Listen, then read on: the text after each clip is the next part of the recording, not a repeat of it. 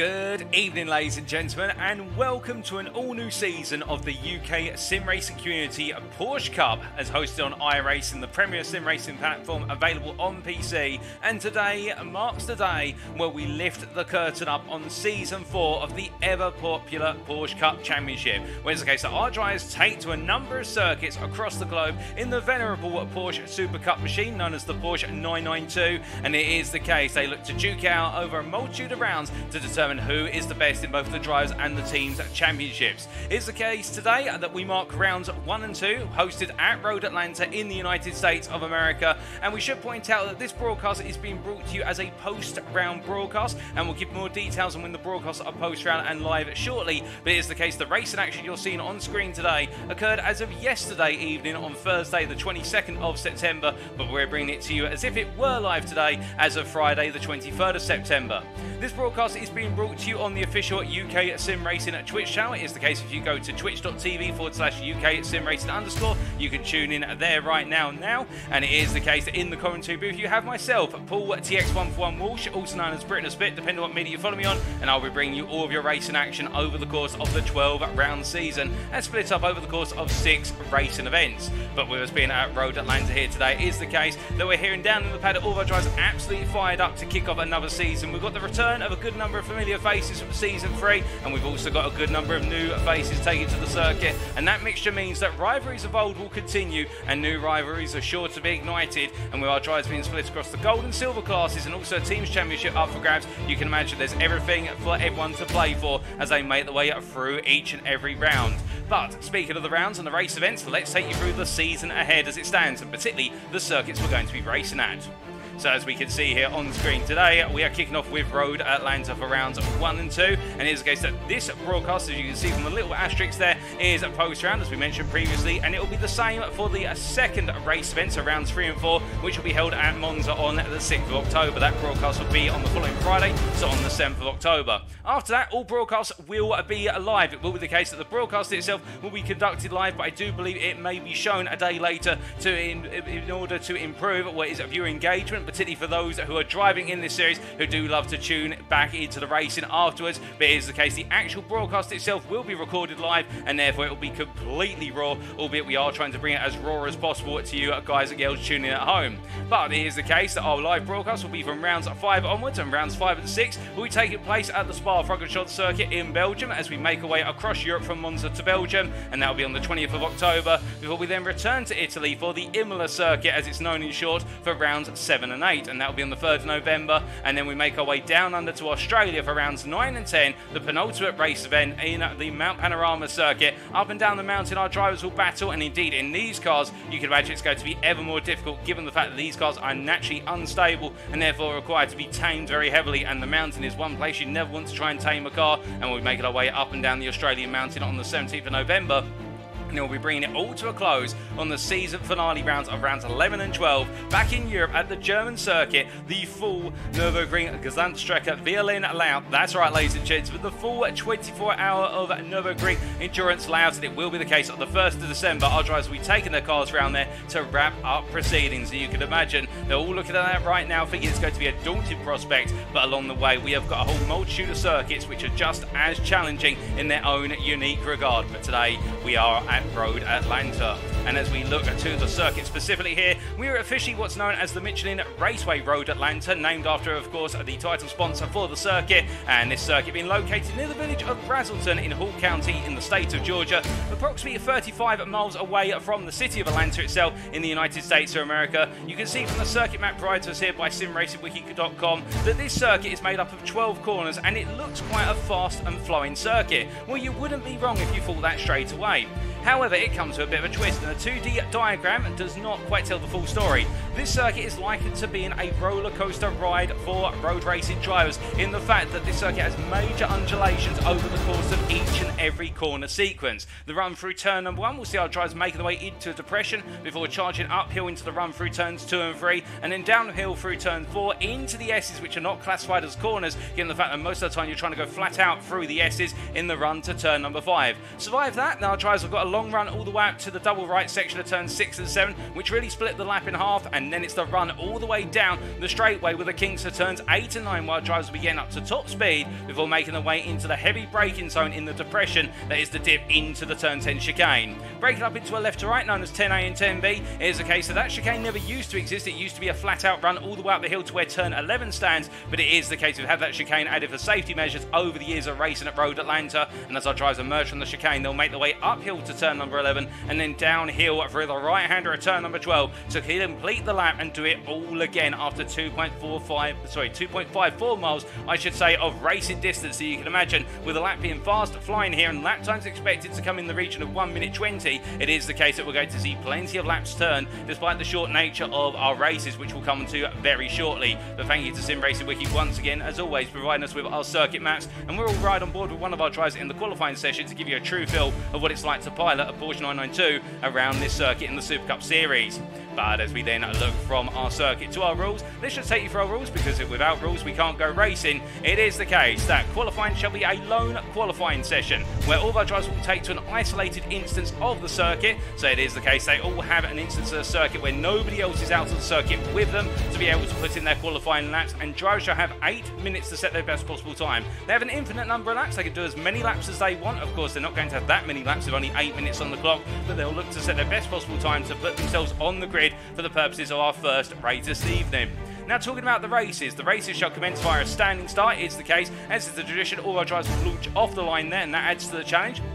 For these Porsche Cup cars not having that traction control available, that means our drivers have to be smart and engage in the throttle and indeed getting the wheels to spin in the direction they want them to, and the car not careening off circuit when they try to launch it off the line. And in terms of our two races, we have a sprint race and a feature race. The sprint race comes first. The sprint race grid shall be based on the results of qualifying, so it is the case whoever qualifies on pole starts on pole for the purposes of the sprint race. However, the feature race grid shall be a partial reverse grid that follows based on the results of the sprint race, with the top 8 positions inverted. What that means in standard English is the case whoever wins the sprint race will start in 8th place for the purposes of the feature race grid. Whoever finishes in 8th for the purposes of the sprint race will start in pole position for the feature race, and then whoever finishes 9th downwards in the sprint race, well, they'll start in that exact position on the grid for the feature race.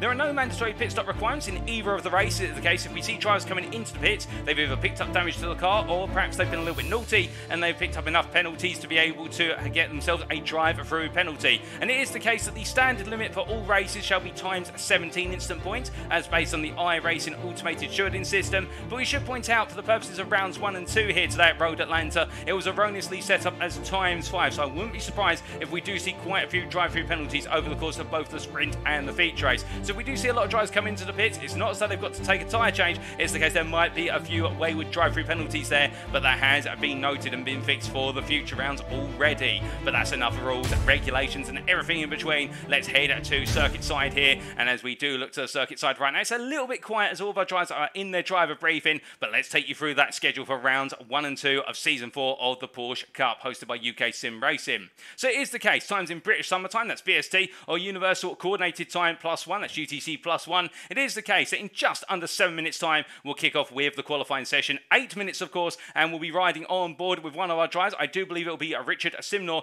who has provided us with our iRacing replay file, who will be riding on board with for the purposes of that qualifying session, and we'll give you a feel for the ins and outs of the Road Atlanta circuit. Straight after that, we'll be going into the gridding process for our first race of the evening. That's our sprint race. That'll be at 8:10 this evening, and that'll be a 12-minute race whereby drivers will deliver laps over the course of 12 minutes, plus also the lap they're on when we hit the clock at 12. And it is the case, straight after that, we'll be taking a brief 1-minute pause before gridding up for the purposes of our second race of this evening, or round number 2, if you will, and that will be the feature race at approximately 8:25 this evening. And that'll be a 30-minute race whereby it's a bit longer. It's over double the duration of the sprint race, and therefore we call it a feature because it requires our drivers to be put to the test a little bit more in terms of their endurance and stamina. But you can imagine the key feature there will be the fact who will be able to hold on and keep the pace over the distance with a little bit more tyre wear coming into effect, given the fact that we've increased the time distance of the race by a factor of 2.5. We'll have to wait and see all that and more as we are almost about to get underway for the purposes of the qualifying session here. And I do believe that driver's briefing is just wrapping up at the moment, and our drivers will still have the best part of what is going to be about 5 minutes to get the final warm-up in before we do go racing. As we can see, the majority of our drivers there at a distance parked up in the pit lane. An absolutely pleasant day today at the Road Atlanta circuit, and as we do see here, Stu Bickley for DCW Racing Blue making his way up through turn at number 5 right now. It is a case here, of course, that all of our Porsches powered by a 510 horsepower 4-litre flat 6 engine. You're going to hear them all roar, and indeed with 26 drivers taken to the circuit today, if you do a bit of quick maths there, it is the case that we are going to be hearing, if my maths is not incorrect, we will be hearing over 25,000 horsepower off the line and racing around this circuit, and that is going to be an absolutely phenomenal sound to hear, I can assure you that now. And indeed, if you're a fan of Porsche Super Cup in real world, it is the case these cars are running to the identical spec to Porsche Super Cup, where, as we said earlier, there's no traction control and there is no ABS or anti-lock braking system on them, and that means when our drivers go into these braking zones here, if they come on too heavy on the brakes too soon, you will see them lock up and you're going to see a lot of smoke come from those front brakes in particular. So it's about brake management, it's about throttle management, and it's also about getting the car set up for your driving style on the circuit at hand. Well, this being an open setup series, which means our drivers can bring any setup of their liking to the circuit. But as they make their way on around here, just getting themselves set, we do look to the chat, and of course we can see the Twitch chat there on the UKSimRacing channel. We do say hello to what is there, Stuart B24. Good evening to you, Stuart. I hope you're doing well. Also to It's I Wardy there. Hope you're doing well, Wardy. We've also got It's Bentley's there asking, is this live or not? No, it was last night, as I believe there Wardy has clarified for you, Bentley's, but it is the case. We will be having a live broadcast later on in the season, and we look forward to bringing those, of course. We do know that you guys and girls love to have live broadcasts over post-round broadcasts, particularly because we can use replays of events that happen in the race off camera, and we can take a look back, something we can't do over the course of a replay file, unfortunately, due to technical limitations. And well, we've also got Simon Bamber in there as well, and I hope you're doing well, Simon. In fact, Simon making his way around the circuit right now, the privateer in the 912 car, as he makes his way over the ridge of turn number 11. But as he runs his way on down at this point, it is the case we can see there Stuart B saying go DCW, and also what is there UKSimRacing's official Twitch chat there saying look at that class bit, absolutely mega. And indeed, let's talk a little bit about our class bit here. It is the case that we do have our gold drivers and also our silver drivers, and you can denote those by the fact on the timing tower you'll see a different coloured sash between their position number and the driver name, whereby if we look to Mark Custers, for example here, the Dutch driver from Samside Canaan Esports, it is the case that as he makes his way through turn number 1, he does have a yellow gold sash against his name, both in the timing tower in the bottom left hand corner of your screen, and that means he is part of the gold driver class, and those are our faster drivers based on I rating and also pre-season evaluation testing. And it is the case these drivers are expected to be a little bit higher on the pace compared to our silver class drivers, and they'll be battling for the Gold Drivers' Championship. Meanwhile, if our drivers have got a grey silver sash, well, as it may say on the tin, that means that they are part of the silver class. So they're expected to be a little bit slower in terms of pace compared to our gold class drivers, but there's of course the potential for our silver class drivers to get one up on the gold drivers, and you can see there on the time tower that Steve Hughes for Rabbit Hole Racing, P16 in the times right now, it is the case that he is one of our many silver class drivers. Now we do have a roughly even split in terms of gold versus silver over the course of the grid, so there's no leniency towards one or the other. And with over 30 drivers signed up to this season, 26 taken to the circuit tonight, you can imagine we're going to see plenty of racing action between our gold and silver drivers over the course of the season's duration. And we, of course, do have that team's championship as well. Not every driver is part of a team. If you do see a driver listed as a privateer, that means that they're not representing an individual team. Meanwhile, if you've got a driver such as Steve Hughes here for Rabbit Hole Racing, well, that means he is representing Team Rabbit Hole Racing in the team's championship. But beyond that, that's all the basics there that you need to know with regards to the information on screen, as we see Richard White making his way up towards turn number 6. And whilst we are waiting to go racing here, just a quick note to those of you tuning in right now, indeed perhaps long-time fans of UKSimRacing, if you've ever wondered how you can potentially give back to UKSimRacing, and a very quick and easy way to do so, given the fact that we do put on so many shows and leagues for everybody, it is the case that you can support UKSimRacing via our affiliates. Now, if you're wondering what we mean by that, well, it is the case that UKSimRacing is affiliated with multiple sim racing and real-world motorsport companies, including Swellia Omega Sim Racing Coaching, Race Anywhere, and Demon Tweaks. And the key thing is that if you head to our website, which you can see here on screen, which is the UKSimRacing website, located at uksimracing.co.uk, I should say. If you head there today, there is a page where you can see our affiliates, and particularly you can see in the top left-hand corner of your screen the discount stroke affiliate links. And if you do go to that page, it is the case that you will see images of our respective affiliates on screen, much like you can see right now. And if you do click on our affiliates images, you can make purchases through them, which result in discounts for you and a kickback to us. In turn, as UKSimRacing is a non-profit organisation, all of our affiliate earnings shall be invested back into the community to fund future series, much like the Porsche Cup. And additionally, some of our affiliates provide discount codes which are available in the UKSimRacing Discord. So if you're not part of our Discord, be sure to join our Discord today, because there's plenty there for you in terms of discounts and whatnot. And remember, a little purchase can go a long way in supporting UKSimRacing. But speaking of going a long way, it is the case, it is going to be a long way through the championship as we make our way back to the live screens right now. And it is the case that we are now into qualifying, and we are waiting for what is Richard Simnor here to make his way into the end of the pit lane and head out for his qualifying laps, and we'll be able to bring you those on board. But as the DCW Racing red driver here in the 42 car gets himself underway and heads on out, it is the case he'll be trying to get a bit of tyre temperature into the car. What do we need to look out for here in terms of the track and an individual lap? Well, the key thing about the Road Atlanta circuit is flow. You need to be able to carry the speed from corner to corner here, given the fact we've got a whole variety of sweeping corners. And that means, in turn, that if you lose 2 to 3 miles an hour on the apex of one corner, you're likely then to have that compounded at the next corner, and you lose the lap time. And where it's very prevalent is in the run out of turns 5, 6, and 7, as he makes his way out towards 6 here very shortly. And you'll see the double right is the case. You want to nail these 2 right-handers, particularly turn number 7, because if you do not, you lose a bit of top-end speed in the run down towards turn number 10. But Simnor makes his way out here. Nice smooth exit this time, of course, getting that tyre temperature up further and getting that brake temperature up as well. Is the case in this long run, and next time we see him make his way on around, he'll be absolutely attacking the circuit, trying to deliver that time as best as possible as he makes his way down the back straight here up towards turn number 10. But flying on through, it is the case, rolling on around. We see there a lot of hype in the chat there, particularly from Simon Bamber, absolutely excited. And well, speak of excitement here, let's ride on board with Richard Simnor then as he takes us around for the first flying lap of season 4.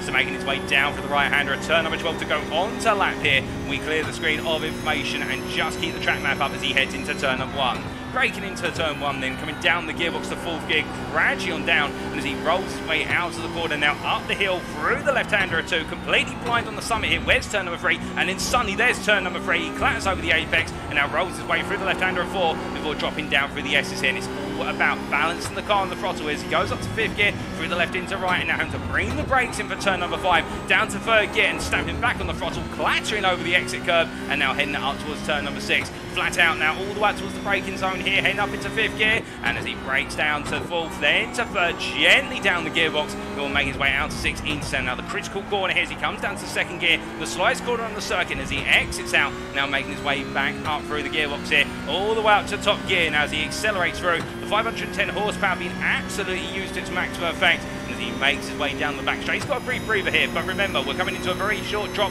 very soon as he makes his way down, and into the depression goes he. 3, 2, 1. He drops down and into the braking zone here in 6th gear, braking all the way down the gearbox to 2nd gear, through turns 10A and 10B now, upshifting to 3rd mid-apex at 10B, and over the crest of turn number 11, down the hill he goes, over to the left-hand side here, and bring the car in full throttle commitment, and that is a lap of Road Atlanta in a Porsche Super Cup car as he crosses the line there, and that for his opening lap of 1:19.87. Well, given the fact we did see in the practice session, it was the case most of our drives were in the 1:20s, and well, Simnor and a couple of others were hitting the 1:19s. That is a good starting lap there, good banker lap, and you can imagine how Simnor's going to push ever harder as he makes his way on around for his 2nd flying lap of this session. He has still got just over half of the session to go, as we see him from the exterior cameras now flying them through the S's once again.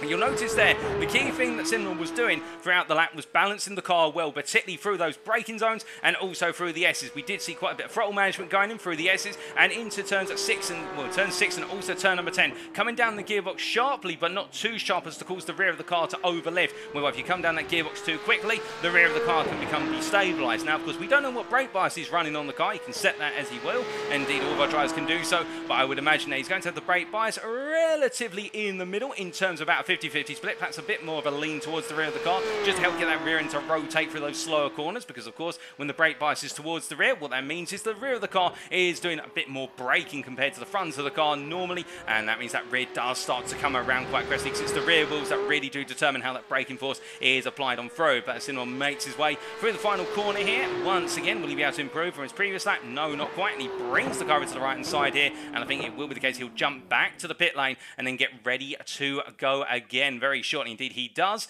And right now we'll be waiting. He might be putting a little bit more fuel in the car as well, putting on a new set of boots or a new set of tyres in the common English. And as he makes his way on out, it is the case of rolling his way up the hill once again here. He's going to have one more lap at least after this out lap, where he'll be looking to get set, and we'll be able to see that lap from the exterior cameras to give you a perspective of what it looks like to see the Porsche flying through the corners here. And this circuit has a lot of history, and indeed it is a regular on American Racing Series calendars to date, and it does of course lay host to the Petit Le Mans, or I believe that is the 3-hour race around this circuit. I think it actually might be a little bit longer now that I search through my memory slightly, but it is the case here. This is a much loved circuit, where it is for sprint races, endurance races, anything in between, and even track days. A very popular circuit for when you're visiting the United States to take a car out on circuit. If you've got your own car, alternatively renting a car, and it is the case in a number of driving schools as well, because Road Atlanta is one of those circuits which even the calmest driver will fear if you push it incredibly hard. But right now, Cinnamon makes his way on around once again,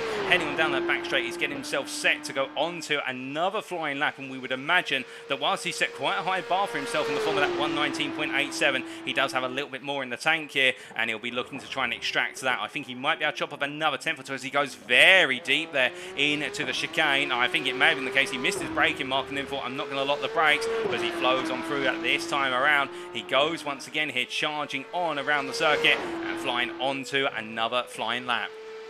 As he heads into turn number 1 here, you notice as well how the fact the circuit's quite wide, and therefore all of our drivers, including Cinnamon, are trying to exploit that width of the circuit, but there's always that danger that if you put one wheel beyond the white lines onto the grass is absolutely merciless and will pull the car away. Particularly in the run through turns 2, 3 and 4 here, and that's why it's such a balancing act as Cinnamon makes his way on down the hill. That's sector 1, not an improved sector compared to his previous best there, but very close to matching it. And as he comes through at turn number 5 there, you can see being bold, but at the same time just not quite on that apex curve as much as he would like to be, just going a little bit wide there by inches, but it is still an improved second sector as he now comes through turns 6 and 7. And remember, of course, these two corners really do make or break the lap in terms of the final half as he exits the corner. A lovely run there out of turn number 7 and heading down towards turn number 10 now. And as he charges on through, you'll notice as well very slight micro adjustments on the steering wheel here. He creeps over to the right hand side little by little in the run down the back straight here. Doesn't want to bleed off any speed on the charge down, and as he heads into that braking zone through the depression, that gives you a sense of how much of a drop it is from the exterior perspective. Head on through, improved in subsector 3. Can he improve in subsector 4? He'll have one more lap after this, and as Cinnamon makes his way over the crest and down, what's it going to be here? He's going to hook up this final corner. It's looking a very fast lap right now. It's a 19.8 to beat of his own, and in the end it's a 19.733, and he goes on to one more, does Richard Simnell there, and this is looking even faster. To be fair, I would not be surprised. We don't know what the times of other drivers are, and I should point out to those of you tuning in right now, if you're wondering, do I as your host and commentator know who's on pole or anything along those lines, I'm on an embargo to make sure that I don't hear anything about how anybody got on in the race. And so if you are tuning in as the driver took part last night, try to avoid giving away any spoilers there, as he Simnell, oh goodness me, and lose in the rear there as he pushed it a bit too hard after a green sector 1, and that is going to be Simnell's qualifying session over, given the fact we're almost at the 8-minute mark. But it is the case there, it's going to be a 19.733 for him. But whilst we are waiting to transition over to the race, we do have a brief moment here to tell you a little bit else about what is coming up later in the show. Well, in fact, no, we're going to jump straight over to the grid. My apologies. And well, the grid is going to stand as follows. For what is our round number 1 of the UKSimRacing Porsche Cup Season 4, it is the case for our first race of the day. David Sampson took pole position with a 19.480 for Samsoid Canon Esports, and alongside him will be James Parker. Behind them on row number 2, Richard Simnell and Emil Koopmans, followed by Mark Custers and Mike Pollard on row number 3. Ryan Davies and Gordon Ramsay on row number 4 there, with Lee Holmes and Simon Bamber on row number 5. Simon Bamber taking the silver pole position there in P10. Well done to the privateer. Stu Bickley and Misha Berger starting on our 6th row there, and behind them it will be the combination of the 2 silver drivers of Travis Linscombe-Hatfield, hailing all the way from the United States of America, and Steve Hughes alongside. We'll then have Joe Newman and Karen Willesee starting on our 8th row, followed by David Stewart and Matty Wild on row number 9, Glenn Humberston and Jack Ward on row number 10, followed by Richard White and Mark Oliver on row number 11, and it will be Aleister Hatcher and Lewis Willesee on row number 12, and then on our final row it will be Tom Weston and Danny Weston there, the 2 brothers of Zilla Racing. and they line up and make up our final row there as we're about to get the season opener underway in less than 50 seconds time. Of course, a standing start launch here, and we'll have to wait and see who has prepped those standing start launches and who might be a little bit shy with the throttle pedal. Jack Atkinson is listed there. He's currently spectating, but his goes just to make sure everything proceeds as planned, but he's not participating in either of these races, so it is the case he will be on our screens, but he is not racing around on circuit. We should clarify, but we are now moments away from going green for the first time of this season, and how will all of our drivers get on? Can David Sampson convert a pole position into a race win? Can James Parker get the jump on him, or can Richard Simnott and Emil Koopmans behind get the jump on the pair of them off the line? And also in the silver class, can Simon Bamber make that strong qualifying pole position for the silver class with 2 places between himself and Travis Linscombe-Hatfield? Can he convert it into a guaranteed victory? Well, nothing's guaranteed here at Road Atlanta as we now await the lights.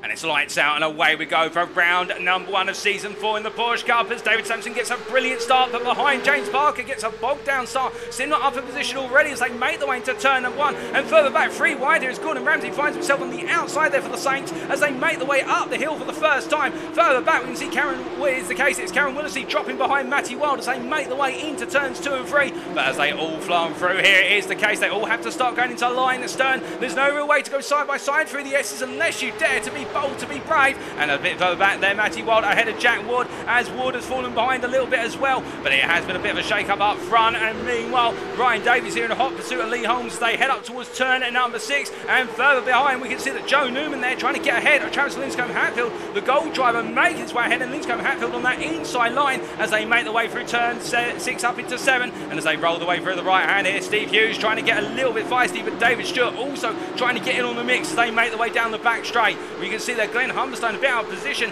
as it is the case that the 88 Tech Racing Team Cyan driver making his way down and through, and he's got his teammates there, Mark Oliver and Aleister Hatcher, I believe one of them from the sister team, but a bit further up David Stewart here, meanwhile on the battle as they roll the way down the hill here versus number 9 car, also number 43 car, Karen Willesee, as they go into the braking zone, and David Stewart going around the outside as we see some smoke there from a lock-up from one of our drivers, but everybody has safely made it. Oh goodness, a bit of contact further back there from 2 of our drivers, but as they make the way over the hill, that was Danny Weston getting a bit wrong in the rear of the pitch, and oh goodness me, and Willesee in contact there with what was David Stewart. Stewart goes a bit wide, and that's going to knock him off circuit slightly as meanwhile up front, Ryan Davies, oh my good lord, Ryan Davies onto his roof there at turn number 1. Something has gone very wrong for Ryan Davies, but meanwhile Simon Bamber here, the privateers, found his way ahead of where Stu Bickley's Mark Custers is dropping down the order like a stone. He's off at turn 2 and 3, and it is the case it's all drama at the end of lap number 1. We thought there might be drama at the start of the race, but instead it's the case it's at the end of the opening lap, not the beginning one, as meanwhile you can see there Danny Weston coming, that's Tom Weston coming on through, as well the 2 Weston brothers there making ground,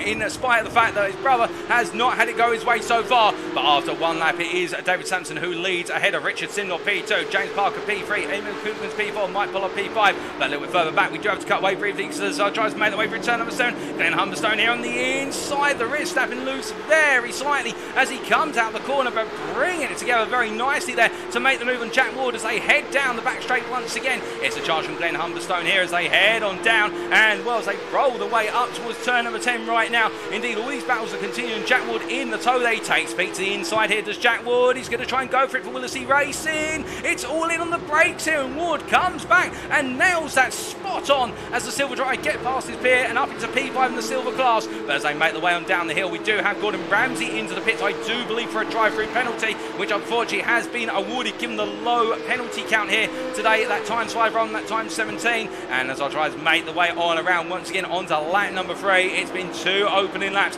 not without some major moments already, and David Stewart right now really trying to put that pressure onto Mark Oliver here as they make the way up the hill into turns 2 and 3, but he can't find a way through right now. But as they head on through, I can tell you also in the pits right now, or was in the pits, Joe Newman, Gordon Ramsay, Danny Weston, Ryan Davies, and that's your lot in terms of who's had to come into the pits, some for instance, some for drive-through penalties, and I wouldn't be surprised if we see some more drive-through penalties later on in this race, or definitely in the feature. But meanwhile, focus on the positives in the here and now as we see it going a little bit wide there. Aleister Hatcher getting it wrong and losing the place to what was Willesee in front of him. It is the case of losing it out turn number 5, but as they roll the way on through, we've also got Mark Custers here. Remember, had that off at turn 2 on lap number 2, and the gold drive's got to try and cut his way all the way out through the field for Sam Side at Cannon Esports as he makes his way after what is in front of him there, Weston. That's Tom Weston, and then he'll be going after Richard White. But looking from them to Simon Bamber a little bit further up the road here, your silver leader, who right now, after what was a brilliant pole lap in the silver class, is continuing to hold on here. Well, I think Bamber at this point might be considering taking some more gold spots if he can.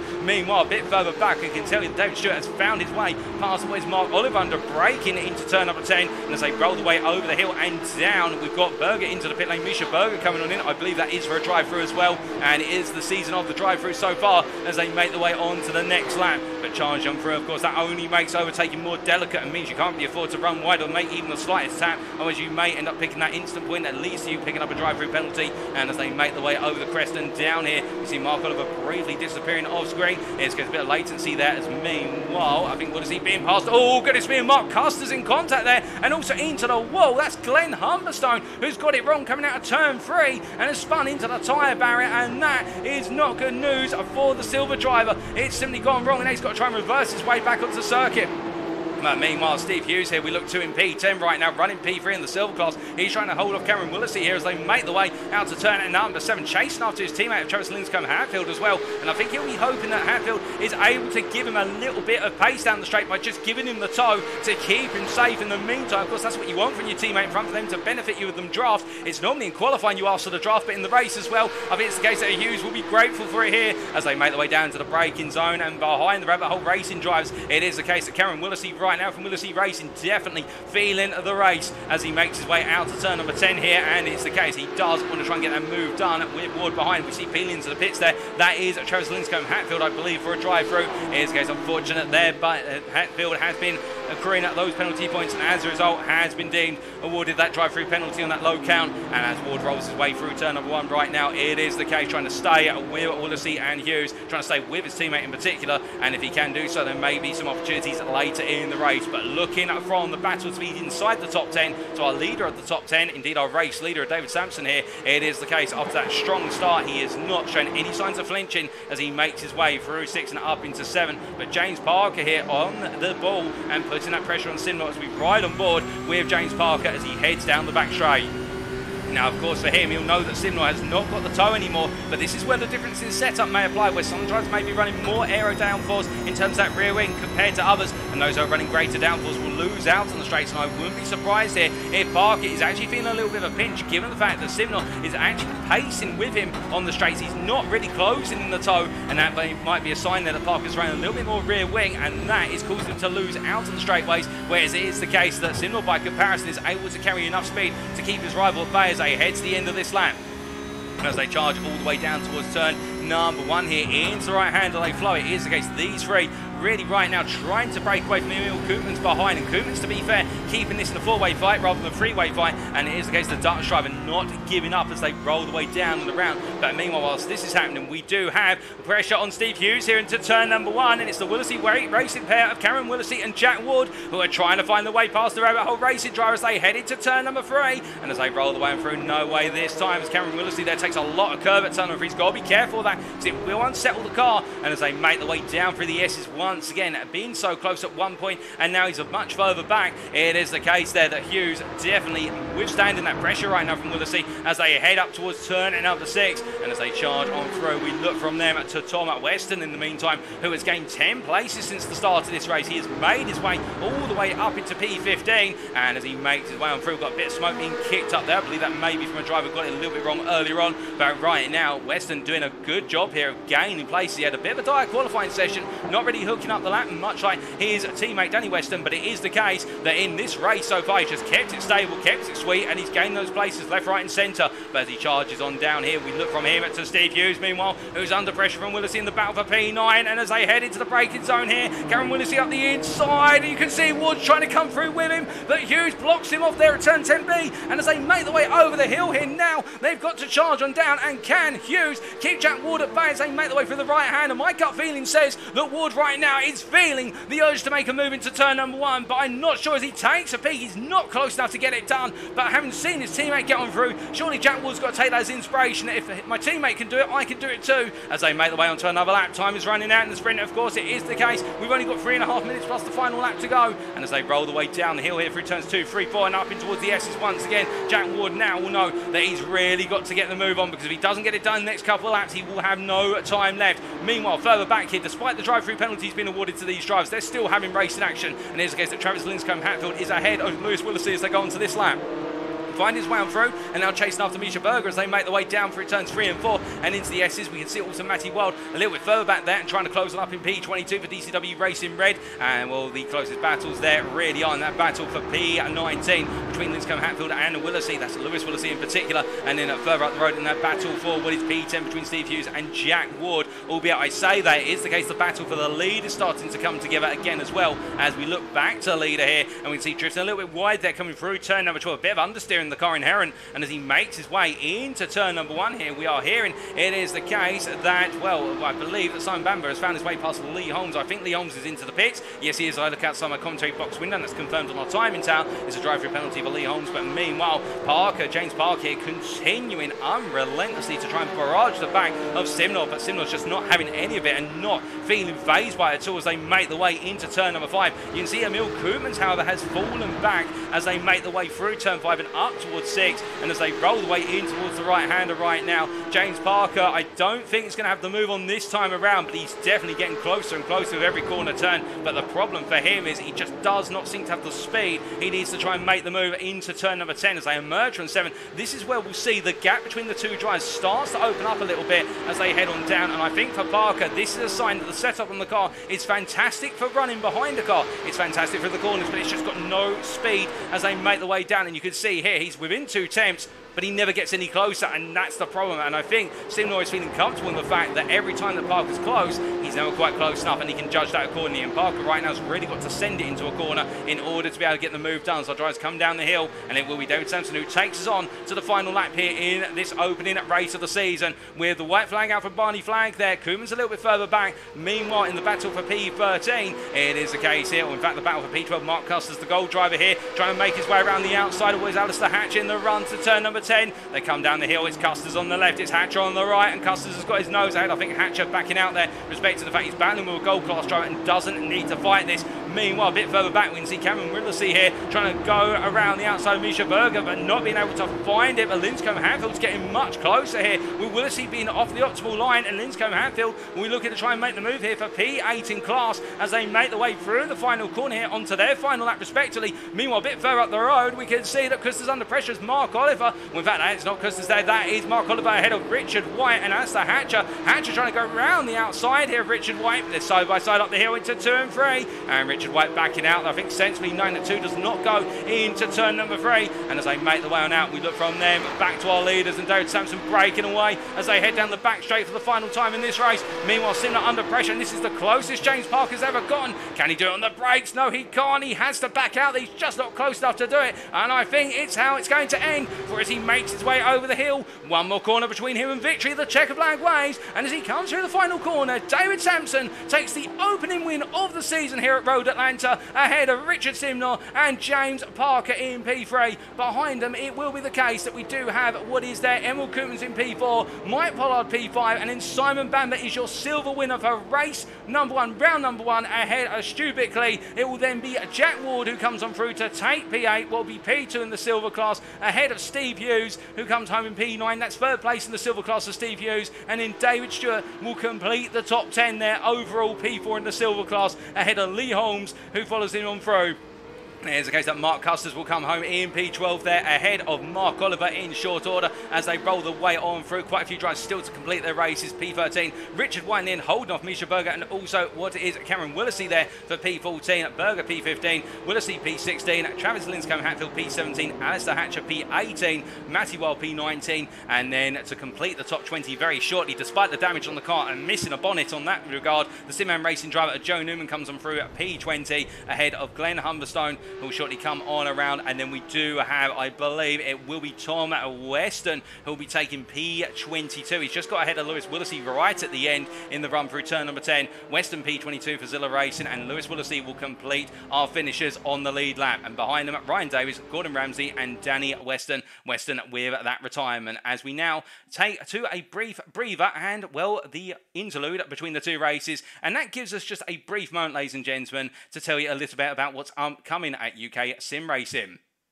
So it is the case as we do take a very quick breather that we do have upcoming an endurance series, or a mini series if you will, consisting of 2 races which are also multi-class, whereby if you're a fan of the Mazda MX-5, the touring car racing class cars, alternatively GT4s, there's something for everybody here. And it is the case that we have 2 events going on for only £4, and you can enter this pair of special 90-minute multi-class endurance events in featuring the classes that I've just mentioned. And well, we do love multi-class here at UKSimRacing, and what better way to show our love than hold these events on Wednesday the 28th of September at what will be the Daytona Oval Road Course, and also what is the Brands Hatch Grand Prix circuit on Wednesday the 9th of November. And I should point out, when I say the Daytona Oval Road Course, I'm referring to the infield and the outfield sections, not just the oval itself. And indeed it is known as the Daytona Road Course there. But it is the case, these 2 races, you can take part in 2 90-minute endurance races in any one of those classes for only £4. And if you are interested in any of these series or events and want to sign up, it is the case you just need to follow these instructions.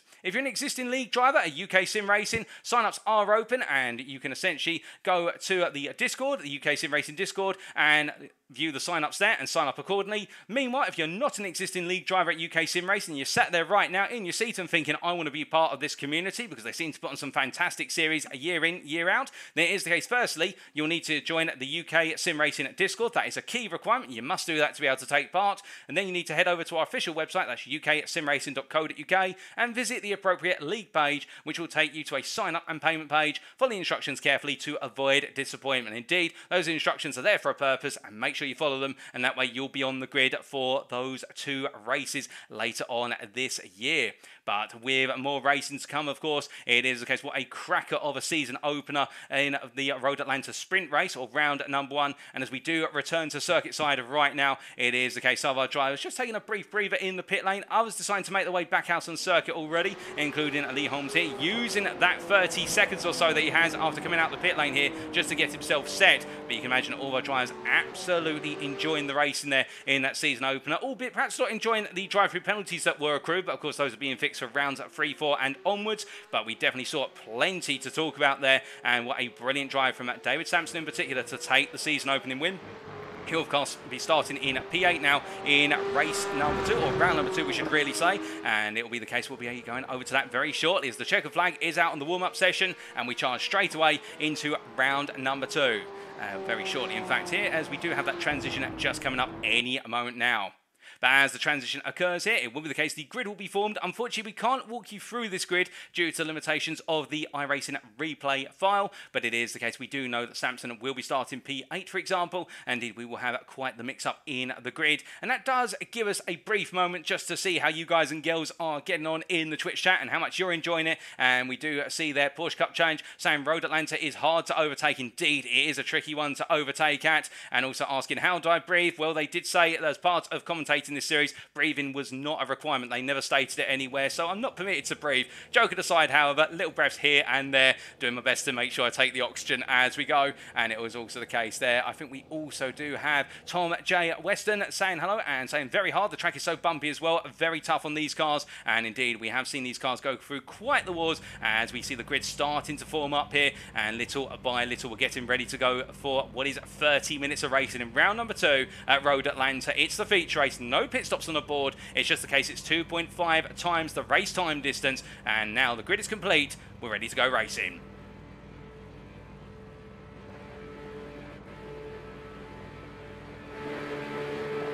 And it's lights out and away we go for race number 2 here as we see Jack Ward bogs down at the start, and well, it's Bickley and Bamber going left and right as they make their way up towards turn and 1. Now as they do, Simon Bamber gets a brilliant start. He's holding off Bickley into turn and 1. They roll the way for a bit further behind. Emil Cooper's been literally sandwiched off circuit. That is, I believe, James Parker running very wide. We lost him off camera out of turn and 1, but here's the case. He's run very wide and deep out the corner onto the grass. And Misha Berger gains a place as well as they roll the way down through turns 2, 3 and 4 in quick succession. But of course, with that top 8 inverted inverted. That does shake up the field and mean that some of the faster drivers have to cut their way up through the field quicker than most. But meanwhile, Travis Lincecum Hatfield getting a good start up to P18 there as they all make their way through the opening sequence of corners and the S's. And Danny Weston, meanwhile, all over the back of Glenn Humberstone as they make their way out to turn number 5 and up towards turn number 6. But as they charge the way on up, we can see Richard White here up the inside of Mark Oliver. Oh goodness me, Gordon Ramsay down the inside, a bit of contact with Mark Oliver, and they go around, and we can see also there White getting a bit wrong, going a bit deep. And as they roll the way out on the corner here, it is the case a little bit further back. We can see all of our drivers flying on through, and well, we've got one car off in the rear of the picture there, and that is, I believe, I'm not 100% sure who that is. That's one of the Sim and machines that's parked off circuit. But meanwhile, looking up front, we can see that Mike Pollard here, the DCW Racing blue driver, trying to keep the position here as they roll the way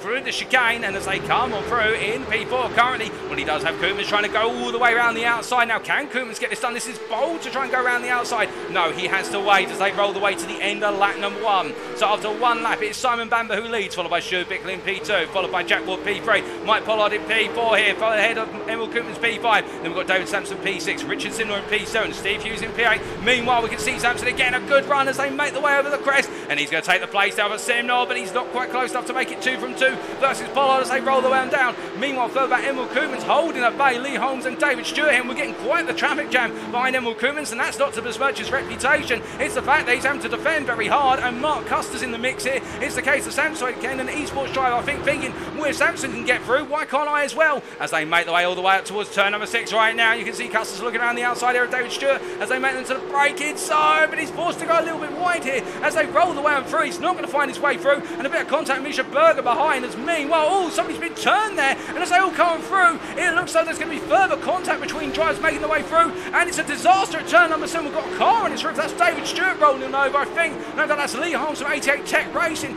but the point being multiple drivers coming together there through turn number 7, and it's a disaster for many, but the racing must go on. I believe it was a little bit of contact in the battle for P10 that set off a chain reaction. As they make their way down towards turn number 10 right now, it is the case whilst many drivers were caught up in that, some have benefited massively, and in particular Travis Lincecum Hatfield, when we last looked in, was in P18. Now he's up to P10 as he makes his way out to turn 10 and down towards the end of this lap. We've got multiple drivers in the pit lane. We've got Simon Bamber, we've also got Mark Oliver, we've got Hatcher, Holmes, Custard, White, Ramsey and Willesey all in the pit lane. Did multiple retirements as well due to damage picked up on the cars, and well, it's completely understandable there. That was a bit of a freak moment at turn number 7, but it does happen. But I'm pleased to announce that all of our drivers are doing okay. They've been able to get out the cars or get the cars to the pits, have been towed to the pits, and they're all doing all right. But meanwhile, as our drivers roll the way on down and around right now, those still remaining, it is the case we look from the battle for P10 up towards P3 right now. And this is Mike Pollard, of course, getting a great start to his race as he holds off Sampson here, but Sampson's going to go all the way around the outside. Now this is bold from David Sampson, and if he can make this work, that's going to be tremendous in his charge up to Ward and Bickley. Now it's a drag race all the way down the back straight here, and you can see behind it's the case that Richard Simnell trying to get involved here with his teammate from DCW Racing, but in the drag race all the way up towards turn number 10, it's Pollard on the left, Sampson on the right as they head towards the braking zone. The camera turns around as they make the way on in. It's going to be Sampson on the inside. And onto the brakes they go here as they roll the way on down, but Pollard going a little bit deeper, but Sampson in the end getting Pollard to go deep, and in return just simply careening his way out the inside. And I think that Simnor at this point will be asking for his teammate to try and just let him go hunting after Sampson as they make the way through turn number 12, and as they roll the way through the right hand here. We're only 4 minutes into this race, we've still got plenty to go. Simnor there is the case, rolling his way behind Pollard, but Pollard goes wide and still does not give in and holds on to that P4 for the time being as they roll the way onto the next lap. Behind him, Emil Koopmans right now closing up once again, the Dutchman in P6, the privateer, as he rolls his way down the hill. And then we do have quite the battle building up versus between James Parker and what is it, Misha Berger for P9 right now. P7 in the gold class between these two as they make the way down and through the S's here. And Parker, of course, with that difficult start which saw him go off circuit at turn number 1, deciding to rally cross there. I think going a bit too deep, but Misha Berger with damage to the car, and Parker's going to try and squeeze through, but he backs off there as we've got a car across the circuit. Oh goodness me, and that, I believe, unless I'm mistaken, that is Bamber as another car's in the contact there, and that's Weston, who literally after gaining multiple places, Tom Weston has now fallen victim to a stricken car at turn 5 and is going to lose out considerably as Aleister Hatcher meanwhile charges on through there and up to P14. He goes to 88 Tech Racing at Tim Purple as they make the way on through to the next lap. But as they roll the way around now, you can see that Weston definitely a bit of frustration now after what was a brilliant start for the Zilla Racing driver. It's all come unfounded and we've still got 25 minutes to go, but whilst we may have less and less drivers on circuit right now, it is is the case. We still have plenty of quality racing action to come. There's no doubt about that, as we still do have the stack for P4 here. We've seen Simner, also Pollard and Koopmans behind, and you can see between them we've got Willesee there, and I do believe that's the number 43 car of what is there, Karen Willesee, who's between them a lap down right now after everything that's happened. You can understand why some drivers may be off a lap already as they make the way around still, and as we can see here, it is the case that Richard Simner trying to find his way to break away from his teammate Pollard and Koopmans as well and go hunting after Sampson, but I would imagine that Sampson right now is going to be itching to get a little bit closer to Jack Ward as he makes his way through turn number 5. And he's only got 2 more drivers to pick off to try and make it a double today at Road Atlanta as they make the way up towards turn number 6. Meanwhile, further back here, Matty Wild in the pursuit of Glenn Humberstone as they make the way down through the S's, and we ride on board the gearbox here of the ATEC Tech Racing Team Cyan driver Humberstone as they make the way through turn number 5. As they head up the hill, we do say hello there to Newman Pass there, saying I didn't realise there's this much death in the race. Indeed, quite a surprising number of incidents, but to be fair, I do think the drivers involved then may be told to calm things down a little bit ahead of rounds 3 and 4. Of course, not portioning the blame to anyone there, but it is the case the season opener. It's always going to be hot and fiery. It is the case everybody absolutely itching to make a statement, but also saying about David Sampson's move around the outside and the run down towards turn number 10. Indeed, what a brilliant move, but as we see Humberstone here breaking away initially, and it is the case of Matty Wild only very gradually closing right now and run down the back straight. Again, I think Matty Wild's got more pressure behind from Ryan Davies, the gold class driver, who you can briefly see there in the rear of the picture as they make the way into the braking zone here for turn number 10 as they roll the way through on the left to right hander here. It is the case that Ryan Davies looking to try and regain after what was a very difficult round number 1 race, and the fact it all went so horribly wrong in the sprint, but in the feature it's going a little bit more right, and that may just give him the benefit later on here. As really our top 13 has broken away from the rest of the field, and then in 14th we've got Aleister Hatcher here. Whilst he's been involved in a bit of the carnage,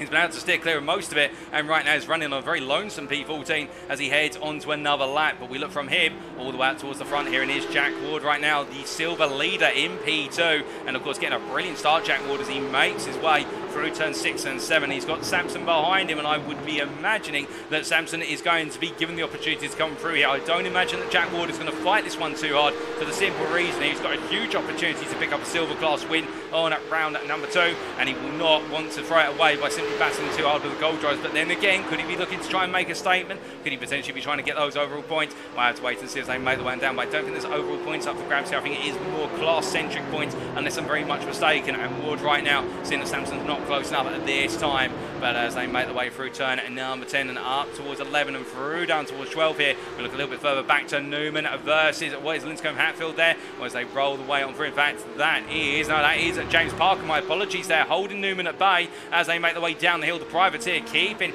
the Sim and Racer behind as they make the way for the right hand. In fact, Parker making the move for P8 there. I've just had it clarified in my right ear as they make the way into turn number 1. And James Parker, well, it was a difficult start for him, but he is gradually making his way out the field. And to be fair to James Parker, when we look at the lap times, which are not available on your screen for a comparison, it is the case that James Parker is currently running as fast as the top 3. He is pushing hard and trying to go hunting after positions. But speaking of another driver going hunting after positions, it is the case that Mike Pollard here is being hunted down by Emil Koopmans as they make the way into turn number 6, and ahead of them you've got the freeway battle for P2 with Jack Ward right at the head of it, and this is really leading to a 5-way battle for P2 as they make the way down the back straight once again. But as they charge all the way down here, you can see how Koopmans and Pollard in a little bit of a battle for themselves right now, and the fact that Pollard's not getting that exit of a turn number 7 he wants to, and therefore Koopmans is actually lagging behind in terms of Koopmans being held up a little bit between the corners. And as they make the way through the kink and down towards turn number 10 here, I wouldn't be surprised if their battle focuses more on their positions, as we see Sampson going up the inside here, Jack Ward, who goes a bit deep, and Ward on the inside there. He's got to be careful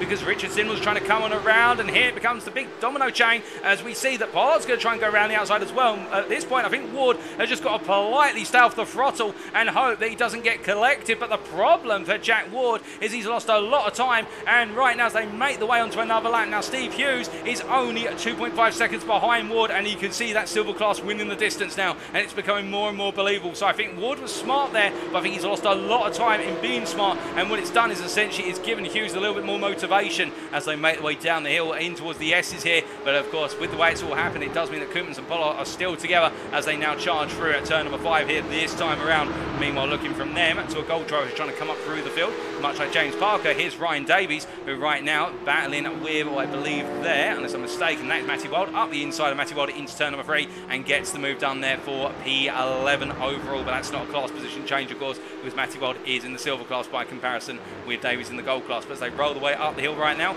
Davies are not too far off. We're going hunting after Travis Lenscombe Hatfield. 8 seconds is the gap, but you can imagine he'll likely chop that down rather rapidly if he gets his foot down and pushes through it. But meanwhile, we look from him to Misha Berger behind here, and it is the case here. The Saints driver chasing after David Stewart as they make the way over the hill through 11 and into 12, and as they make the way over the apex here, you can see Berger backing off there. 2 does not go into 1 in these cars at turn number 12. It's the case they do not have the aero package for it to go side by side through 12 unless they both lift off, and as they make their way through turn number 1 here, Berger having to wait a later opportunity to emerge. Meanwhile, looking a bit further up the road, well, it is the case here. Here is your race leader of Stu Bickley, the DCW Racing Blue driver, very comfortably up front right now by a margin of 3.4 seconds. And in terms of the laps, he is matching Samson's laps right now. Samson has been the fastest man on the circuit. There's no doubt about that. You can see him in the rear of the picture there as the long chain of the battle for P2 comes on its way through the S's and up towards turn number 5. But it's Emil Koopmans in particular right now. He's starting to gain as we ride on board here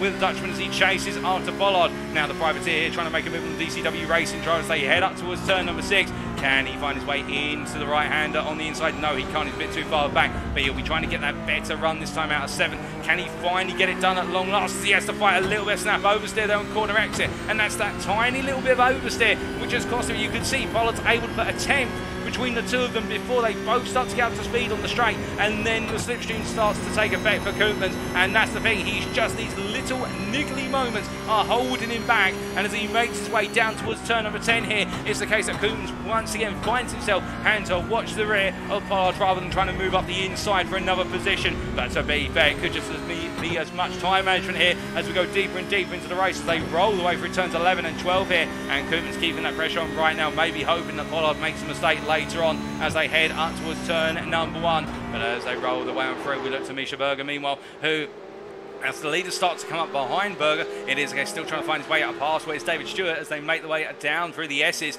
But as he gives hot pursuit here, is the case in that dirt here. You can see a Berger effect. I think there's also some damage on the front left-hand side of the car from the driver's perspective, front right, when we look at the front of the car on the camera. And I do believe that damage may be hurting him through the S's there, just causing the car to not be as comfortable on turning at the medium-speed sweepers. And that may be just holding Berger back a little bit more in terms of being able to close that deficit. But we look a little bit further up the road from P17 to P13. And we can see here it's the 88 Tech racing at Team Purple driver with Glenn Humberstone behind him, and that is Aleister Hatcher. Humberstone up the inside, and Glenn Humberstone for the Cyan outfit from 88 Tech. It is the case they swap places here, and I do believe it is the case that Humberstone feeling a little bit more racy at this point in the race and making his way through up into P13. That's P5 in the silver class. His next target is 14 seconds up the road. It's Matty Wild, who is running in P12. But as they make the way down the hill here, it is the case the racing has spaced out a little bit further down the field, of course, for all the instants and drive-throughs we've had so far. But it is the case, it's very close up front still, and we'll focus our attentions up in the battle for P2, as we do see David Sampson here is now starting to bring down the gap to Stuart Bickley. That last lap from Bickley, a 20.99, Sampson a 20.98, so only by 100th there as he brought it down. But the trend is he is gradually chipping away by about a 10th a lap, Sampson versus Bickley. We see Bickley there briefly going through the camera, but as they roll the way down through the hill, we look to the blimp camera here to give you an idea of all these Porsche 992s are running in sequence on through. And it is the case that right now they seem a little bit stationary at the moment, but this could be the calm before the storm, to be fair, and at any moment it could really kick off once again. But I do think we are starting to see a little bit of a chess game as well between Koopmans, Pollard, Simnot and Sampson, whereby all 4 drivers are running on very similar pace, it must be said. But it is the case that they're all not quite able to make the move on one another, and I think just sizing one another up, given the fact it is the start of the season as well, these drivers may not be necessarily familiar with racing one another too closely, and therefore they're doing a little bit of study work here. It's almost as if the pen and paper's out in the cockpit, they're making those mental notes of what the driver in front does, where they're stronger, where they're weaker, and that could apply later on in terms of potential overtakes coming up as they make the way down the back straight. But as they charge their way on down, it is the case that we do see from them James Parker has closed up to the back of Steve Hughes here in his recovery drive after that tumultuous start. And as they make their way down towards turn number 10 at the moment, the 120 driver here looking for a potential move on the silver class driver of Steve Hughes. He's not close enough to make it, however, as they roll the way through the corner, and Steve Hughes holds on for now. But I wonder if he's looking in his rearview mirror and thinking about when, oh goodness, I was going to say when Parker comes on through, but Parker losing the rear end there as he come over the hill at turn number 11 as he gets himself back up to speed. That is a catch and a half. If he's not considered playing cricket, he may want to sign up for a cricket team there, because if he can catch like that, he'll be able to catch a ball as a fielder very nicely, because that was a very hairy moment for James Parker. But as he brings it back up to speed right now, that's why his 9 lives used up. And indeed, as he charges on right now, he goes hunting after the rabbit hole racing driver Steve Hughes once again, albeit the gap now is 2.5 seconds he's got to close on down. But as he rolls his way down the hill here, it is the case that we do look from him to what is a driver a little bit further back, and one who's on a charge as well, and that is Danny Weston here, who after it all went very well at the start, then it went a bit wrong. It is the case that Weston is back up to speed. He's got White behind him there, albeit White is a lap down. That is Richard White for clarity, and as they make the way onto another lap here, Danny Weston in P15 lapping quite well at this point in time, to be fair. That last lap wasn't as good, it was a 24, but I do believe he was having to contest with find his way past White in terms of the blue flag negotiation. In this case, the UKSimRacing driver actually lapping on top 10 pace right now. We look forward to seeing how that comes on through later on, because his next target is Aleister Hatcher, who is only 3.2 seconds up the road, and the number 11 driver here is starting to fly a little bit. I think getting some motivation after a difficult race number 1, or round number 1. It is the case in this second round he's doing a little bit stronger in terms of the pace, and he may just have simply hooked it up over the course of the time so far. But as he heads up towards turn number 6, we look a little bit further back there, and it is the case we see David Stewart's got a driver off there. I believe that is Misha Berger, who's had it go very wrong at turn number 2, no less, into the wall, and David Stewart making his way on through. There were some yellow flags waving, and well, Stewart at this point I think just trying to run away from Holmes behind. Holmes being down in P23, that's Lee Holmes a lap down, but it is the case. In fact, that's Bickley behind. My apologies, I'll clarify that. In the fact that is your race leader, Stu Bickley behind, and as he makes his way a little bit closer up to the back of Stewart here, he'll be hoping that he's able to find his way past Stewart in the draft down the back straight, so he can gain time, not lose time in the charge, because of the simple reason here, when you come up behind a what you call a quote-unquote back marker, or a driver who is a lap down from you, it is the case you never want to lose time in finding your way past them. You want to gain as much as possible, or neutralise the time you lose, and having the draft all the way down the back straight can be very effective here if the driver does know you're trying to capitalise on it. But Bickley right now is gradually being reeled in by Samson, Simnot and Pollard. That gap has come down to 2.7 seconds. We do see there, it is the case Stuart goes a bit deep, but Bickley is not able to find his way on through. Meanwhile, it's Parker versus Hughes here as they make their way down the back straight into turn number 10, and before we get to the braking zone, Parker is passed and up another position over. He's up to P7. His next target is Jack Ward, the silver class leader, who is 5 seconds up the road, and then he's got the mammoth task of closing down the top 5. And right now, I can tell you this, if you're looking for the fastest man on circuit, as he sets a 20.81, this is the guy who's flying right now. James Parker is on a charge. He's still got time to go, 12 minutes on the clock. That equates to approximately what will be about 7 more laps, and this rate of closure, he could be there nipping at the heels of the top 5 on the final couple of laps if he keeps this up. He's just got to keep the momentum and keep his cool. But to be fair, after that one near miss moment at turn number 11, I think he now knows what the limit is, and he's making sure to stay right on it as he charges out of turn number 5 and up towards 6. Meanwhile, up front, then the fact he's still caught behind Stewart here, it is the case that Bickley is now falling back into the clutches of David Sampson. I don't think Stewart's done anything wrong, to be fair. I think it's the case that Bickley just cannot get close enough to be able to effectively find his way past the driver who's a lap down at this point, and it's causing Sampson, Simner and Pollard to all come up close as the DCW Racing blue driver here makes his way on the brakes. He's going to have to force the issue past into turn number 10 here. He's got to go for this Bickley, as we see there. Stewart goes a bit deep and has to park it on apex on the grass, and then bring it on through off apex, and as they make the way over the ridge of turn number 11, you can see Sampson on the inside as they head on down. Wonderful camera shot here from their curve as you see them make the way past at full speed, and as they do, well, we have lost David Stewart. He's into the wall, I think, at turn number 12. What on earth has happened to David Stewart? Indeed, he's gone to the grass. I think he's had a near miss with the wall, unless I'm very much mistaken. But David Stewart trying to get out of the way and let the battle for the lead commence, as meanwhile, as the privateer rejoins, it's the case that David Sampson right now in P2 is on a charge here, and he could smell that win in the distance, albeit that win's now 1.5 seconds up the road, given the fact that he had his troubles in getting past Stewart himself, making his way down for 11 and 12. But as Sampson comes on through at turn number 5 here, it's the case that we do have the DCW Racing crew all around him here and trying to spot the odd one out. And you've got DCW Racing red and blue surrounding Sampson here, and it is the case the Samsonoid K9 esports driver trying to upset what could be a potential triple podium for DCW Racing as they make the way out to turn number 7. But as they make the way up towards turn number 10, right now you can see Pollard very close to his teammate here, and I think there might be a position switch coming between the two drives. Pollard's going to go to what will be the inside into turn 10. Meanwhile, sitting on the outside here, and Pollard's got the draft, he's got the overspeed. They head down the hill. Into the braking zone they go here with 10 minutes to go, and Pollard gets the move done now. I think Richard Simnov being quite obliging, to be fair, and not really costing Pollard any time. They want to go hunting after Sampson and help Bickley out in terms of trying to make life easier, but I say that, and in fact it's a race down for 11 into 12. They're side by side through, and I think the gloves have come off very slightly here between the two DCW Racing drivers as they make the way up towards turn number 1. Onto lap number 16 they go.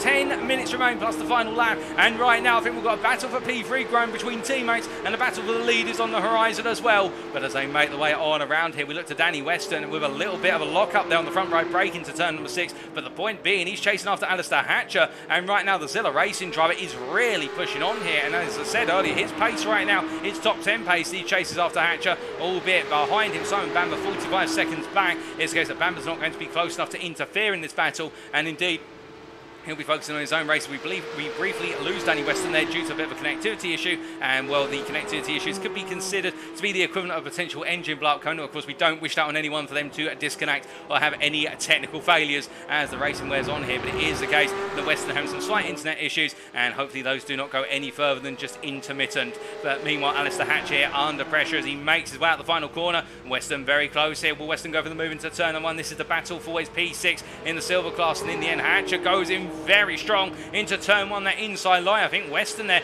backed off a little bit, thinking that Hatcher was going to overcook it, but Hatcher brought it together on the exit of 1 as they head down the hill through turns at 3 and 4 very shortly. Well, Hatcher at the moment just not composed through the S's here, or in the run to the S's we should say, compared to Weston. I think that's where Weston's gaining the time, as we hear that Emil Koopmans is into the pits. I believe that is for a drive-through, because we have not heard that he's been involved in any sort of incident. That releases Jack Ward up into P5, the silver leader, who we haven't talked about for some time, but it is the case now he's running in P5 here. He could get a top 5 today, and being in the silver class as well, that will be a huge achievement. There's no doubt about that, as Aleister Hatcher continues to try and hold off Weston as they make the way out of turn number 7, and Danny Weston loses the rear, and it's all gone wrong for the Zilla Racing driver. Fortunately for him, he can bring it on around, and he's got a 40-second gap or so to Simon Bamber, so he doesn't have to worry about losing any places, but he'll be kicking himself for that when it was all looking as though it's P13 up for grabs. In the end, the number 13 struck him unlucky, and it is the case he's turned it around, and he brings it back together now and goes chasing after Aleister Hatcher. But now the gap has gone from a couple of attempts to 12.5 seconds, and that is going to be a lot harder to close down.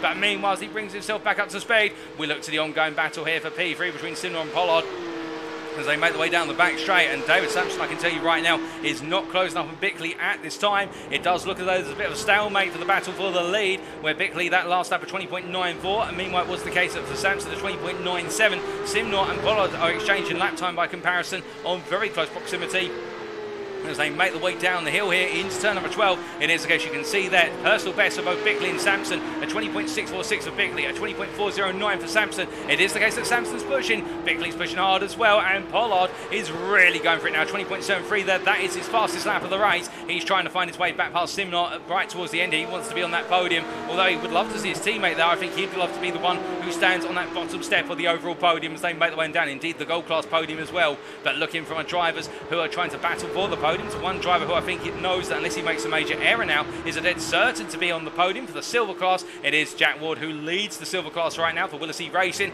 running his way through turn number 5 here. He's got James Parker closing up behind him, the gold driver, but you've got to go a long way of 6.5 seconds back to find Steve Hughes, the next silver driver for Rabbit Hole Racing, running P2 in class, P7 overall. And to be fair to Steve Hughes, he has not put a foot wrong all race. He stayed clear of the trouble, and he's simply just not quite at the pace to close up to Jack Ward. But then again, a P2 in round number 2 at Road Atlanta, I think he'll bite your arm off for it, given this is perhaps one of the most challenging circuits to open a season up at, given it's such a roller coaster ride and it can always go wrong at any moment. It is the case here. A place on the podium is one that you'll absolutely love to have, there's no doubt. But as he makes his way down the back straight here, we must cap back up to our leaders here, where it is the case that Bickley on this last lap has actually been caught a little bit by David Sampson, and as he comes to time life, and this has been a slow lap from Bickley, it's a 21.1 versus a 20.9 for Sampson. Sampson is closing, he's starting to tighten the noose here as they make their way up towards turn number 2, and as they do, can the number 7 driver here get it done late on in the proceedings, or will Bickley still have enough in the tank? As we say hello there to Glenn Zill for the first time in the UKSimRacing chat. I do believe that may actually be Glenn Humberstone, unless I'm mistaken, but I hope you're doing well, Glenn Zill, and well, welcome to the broadcast. But as our drivers make the way on around here, it is the case that we do look from our leaders back to James Parker, and Parker here very close to the back of Jack Ward as they come through the S's. He'll be looking to make that move with 5 minutes on the clock, and well, it'll be another overall place gained here. Won't mean too much other than he's managed to clear all the silver drives in this recovery drive, but as he heads in towards turn number 6 up the inside there, and I don't think Jack Ward was going to fight that one hard, and he rolls his way through the right hander there, and Parker up to P5. But as they head on through here, we look a little bit further back here to Richard White in P18 right now, chasing it down with Tom Weston as they head in towards the braking zone here for turn number 10, and it is the case that Richard White into left into right of the chicane is the case, trying to find his way past the Zilla Racing driver here, who's only half a second up the road from him. And to be fair, these guys battling for P10 in the silver class, the last place in their respective top 10 as they make their way on down. And meanwhile, Glenn Humberstone has found his way past Matty Wild for P11, and that's P4 in the silver class. And I believe Matty Wild's been involved in an instant through the start of the S's, and he's dropped back to the pits. In fact, he's had to be towed back, which means that Glenn Humberstone now is in the first of the places outside of the silver podium, as meanwhile Jack Ward into the pits for a drive-through.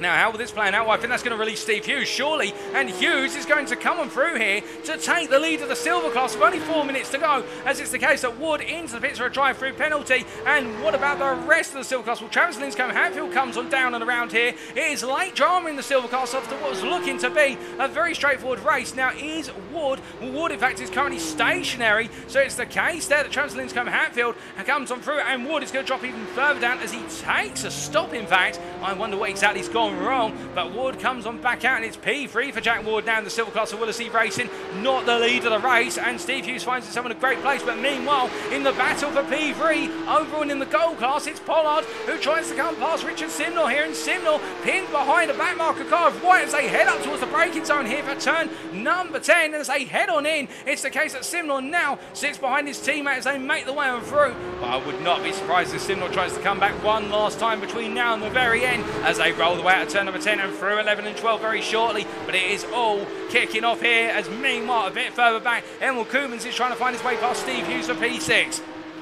Now up the inside he goes here, not upside the in he goes. It is the case they roll the way through, under braking it. Koopmans comes on through on the inside and gets the move done there for P6. And as he rolls his way on out here, I think Steve Hughes, much like what we saw from Jack Ward earlier, knowing when the gold class drivers are coming on through and not fighting this one hard at all, and knowing that it's his win that's on the line, he doesn't need to disrupt his flow. But as he heads onto another lap here, we do wait to see Travis Linscombe-Hatfield coming down the hill and onto another lap. Only 2 more to go after the one they've just completed. And as the American makes his way up towards turn number 1 here, I think he'll be feeling very confident now that things are swinging his way for a big result as he heads up the hill. But as he makes his way on through, it is a bit further back. Ryan Davies closing little by little on Jack Ward here, the gold driver in P10, completing the top 10 overall, P7 in the gold class here. Well, the privateer has had a very up and down evening at Road Atlanta. Race number 1, it did not work out at all. Round number 1, we should say. And in round number 2 here so far, he has been a recovery driver, much like many, and he's been able to get himself back into the overall top 10 as he heads on down. But Matty Wild has just left the pit lane from what we gather. It is the case he's making his way back out into the circuit. He'll be re-emerging in P16, the silver class driver. That will be in effect what is P9 in the silver class, but with all things all starting to settle, we do look to your race leader here who goes on to the final lap. It is the case, rolling his way on through. In fact, it's not the final lap. We're going to have one more lap after this. We've got time for another lap, so we will have 23 laps here in round number 2 in this feature race. And as Stu Bickley rolls as well up the hill, all he needs to do right now is manage this gap to David Sampson, a gap of 1.2 seconds. But you can see there as they both jump over the curb at turn number 3. Both drivers absolutely hammering the circuit right now. The car's in its prime. It's light with fuel. The tyres are all heated up and they're both wanting to win this. But the thing is, Samson is really, when he gets it right through the S's there, he's just taken 4 attempts out of Bickley in the succession of turns 1 through to 5. And that shows you the power of the Untitled Chapter esports driver as he makes his way into turn number 7. When he hooks it up, he is absolutely flying, not just in terms of pace, but also literally flying over those curves. And as he makes his way down the back straight, well, it's the case that Stu Bickley, before he was safe on the penultimate lap, I think he's got to look in his rearview mirror and his timing tower very shortly and recognise the fact he's not safe anymore, because Samson is now only 6.5 tenths behind as they head into the chicane for the penultimate time. As they roll the way onto the brakes here, the Britain right now of Samson trying to get close enough to make a move on the final lap. He's been saving up here. He backed it off, I reckon, and now he's got that opportunity. One more lap remains. And as they come down the hill, who is it going to be who crosses the line, the winner the next time around? Will it be Stu Bickley from what is DCW Racing Blue, or will it be David Sampson from what is Samsung Ken Esports? Well, as they make their way up the hill now, time will tell as they roll the way through, and we ride on board here with Sampson for the final lap as he makes his way over the crest into turn number 2 and down into 3, and this is where he's stronger. But of course now he's got the dirty air to contend with as he flows through 4 and into the S's they fall. And as they roll the way down the hill here, taking a bit of an earlier apex there, Sampson, to mitigate the dirty air off the front of the car, off the car in front, I should say. And as he makes his way out turn number 5, you can see Bickley goes a little bit wide. He's got to be careful as he goes defensive here. Bickley he knows that Sampson's close down. Sampson can start to tease out a move. But as they head into turn number 6 here, no shot this time around as they roll the way into turn number 7, heading for the right-hander here. However, Bickley does not get it exactly right and actually makes quite a ham sandwich of it as they make their way down towards turn number 10. Now it's a long run here. Sampson's in the draft. He'll inch closer and closer and closer, and as he gets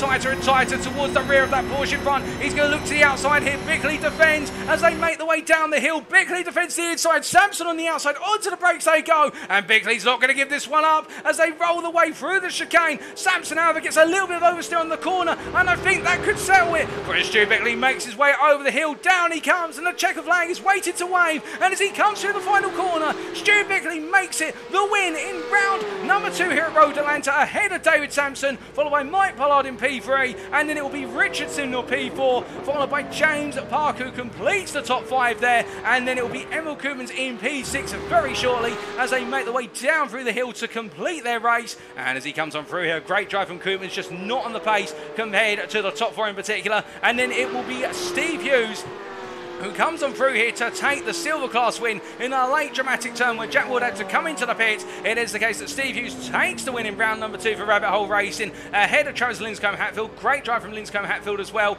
to take P1, P2 for Rabbit Hole Racing. Jack Ward will come on home in P3 in the end of the silver class, P9 overall for Willis Racing, knowing what could have been. And it's Ryan Davies who gets it wrong, corner exit at 12, but he's crossed the line in a crumpled Porsche in P10. And then it will be Glenn Humberstone a little bit shortly after, who will come on home to complete the last driver who finishes on the lead lap here in P11 as he comes on around through the chicane and into the end of his race. But my goodness, what a dramatic race number 2, indeed round number 2 here at Road Atlanta, as Glenn Humberstone completes his race at 88 Tech Racing Team Sion. That is P4 in class, and Aleister Hatcher completes the top 5 there for 88 Tech Racing Team Purple in the silver class. He has already taken his checker flag, and that is his race complete. But as we look to the scenic camera here, let's take you through those race results for race number 2. So it is the case, and after 30 minutes of racing in the feature race in round number 2 here of the Porsche Cup Season 4, hosted by UKSimRacing today at Road Atlanta, Stu Bickley taking that win ahead of David Sampson by 6 attempts. A brilliant battle to the end between the two of them, with Mike Pollard completing the top 3.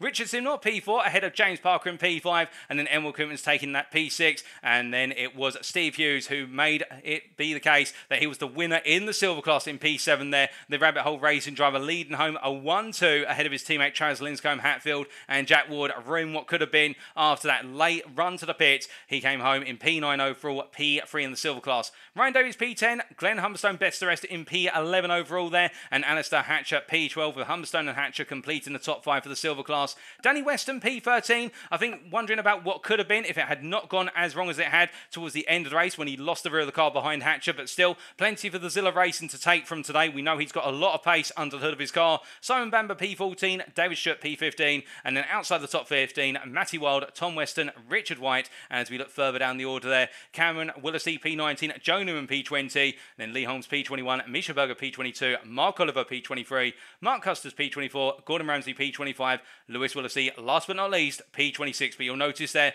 quite the rate of attrition in round number 2, given the instance we saw early on in the race, plus also those drive-through penalties, a number of drivers not quite making it to the halfway point, and that may change up the classification a little bit or lead to them being classified as they did not finish.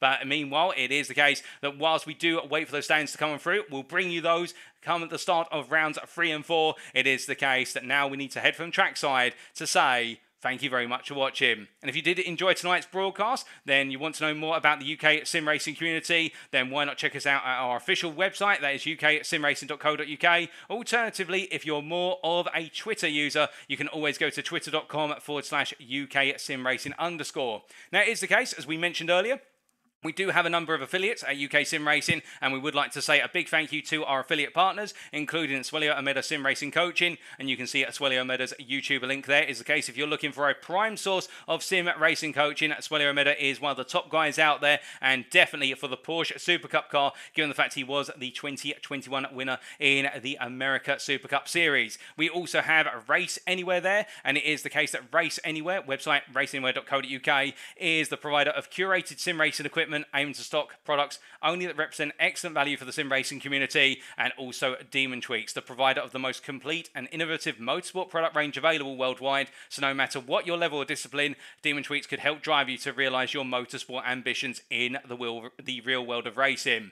But speaking of further racing, it is the case our drivers will now be packing up their bags. They've got 2 weeks before they make their way over the Atlantic Ocean to Monza in Italy for the Grand Prix circuit, and will be racing there for rounds 3 and 4 on what will be Thursday the 6th of October 2022, but the broadcast should be brought to you as if it were live on Friday the 7th of October. So save the date. If you thought rounds 1 and 2 at Road Atlanta were full of drama and racing action, I can assure you that Monza, whilst we will have the correct instant count limit, it will be the case we won't be seeing as many drive-throughs. It is the case a lot of drivers will be driving through the slipstream to try and succeed, and who will come out on top in the slipstream fest that is Monza, only time will tell in 2 weeks' time. But from all of us at UK Sim Racing, thank you very much for tuning in. I've been your host and commentator, Paul TX141 Walsh, and until next time, ladies and gentlemen, stay safe, stay well, stay smiling, and most importantly, remember to stay on track.